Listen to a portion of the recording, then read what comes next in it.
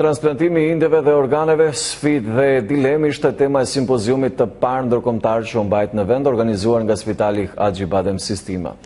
Me këtë rast, mjekët ekspert nga fusha e transplantimit nga grupacioni shëndetësor Haxhi Badem nga Turqia si dhe qendra klinike Nën Tereza në Shkup mbajtën ligjëratën nga fusha e transplantimit të indeve dhe organeve me qëllim të arritjes së një bashkëpunimi në këtë fushë.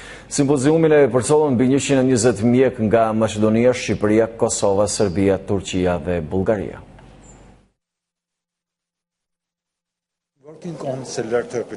Unë punoj në transplantime, posaçërisht transplantimin e palcës së kockave. Transplantimi i palcës së kockave mund të jap rezultate të sigurta dhe të suksesshme. Besojmë që takimi i sotëm të na mundësoj lidhjen e një bashkëpunimi me kolegat tanë nga Maqedonia. Akoma ka mundësi, akoma nuk jemi në gjendje të realizojmë atë që duhet të realizojmë, dhe akoma pacientët tanë dërgohen për shërim në shtetet e huaja. Mund t'ju them se brenda një viti, rreth 20 pacient nga Maqedonia me sëmundje malinje hematologjike shërohen jashtë vendit. Këtu përfshihen edhe pacientët nga hematologjia e fëmijëve.